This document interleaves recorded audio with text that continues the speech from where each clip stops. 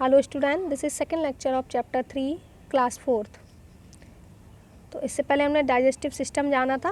अब process of digestion क्या है। The various part of the digestive system and their function are described here.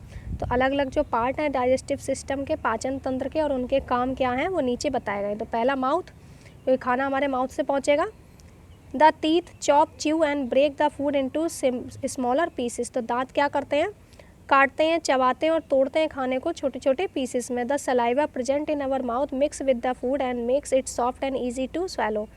तो जो लार हमारे मुंह में प्रेजेंट होती है, उपस्थित होती है, वो क्या करती है, खाने में मिल जाती है और खाने को सॉफ्ट और निगलने में आसान बनाती है। It help in the digestion of starch. और ये खाने में जो स्टार्च होता है उसके पाचन में हेल्प करती है।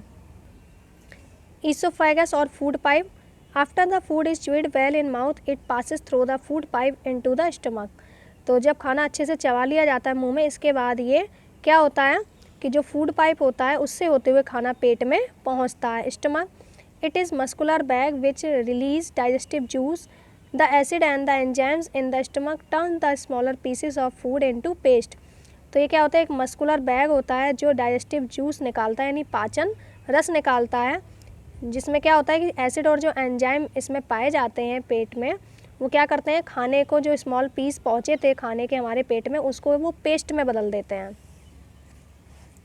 तो digestive path start from the mouth and ends at anus. तो डाइजेस्टिव जो हमारा पाथ होता है वो कहाँ से स्टार्ट होता है, मुंह से स्टार्ट होता है और एनस पे ख़त्म।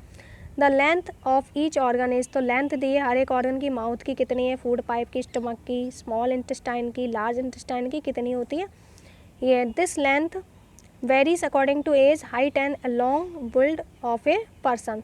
तो ये लेंथ जो होती है अलग अलग होती है, उम्र के हिसाब से, हाइट के हिसाब से, हर एक व्यक्ति की अलग अलग होती है। स्मॉल इंटेस्टाइन, इसके बाद स्टमक के बाद खाना कहाँ आ रहा है, स्मॉल इंटेस्टाइन में आएगा। A digestive juice called bile is poured into the small intestine from the liver which digest fat.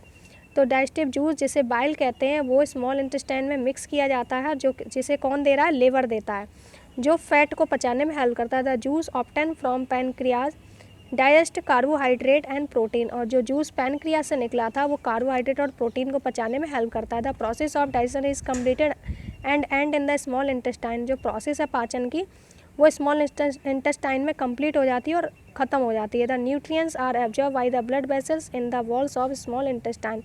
तो जो पोषक तत्व थे और जो वो क्या होते हैं, ब्लड वेसल्स के द्वारा स्मॉल इंटेस्टाइन की जो वॉल होती हैं, दीवार होती हैं, उनके द्वारा एब्जॉर्ब कर लिए जाते हैं।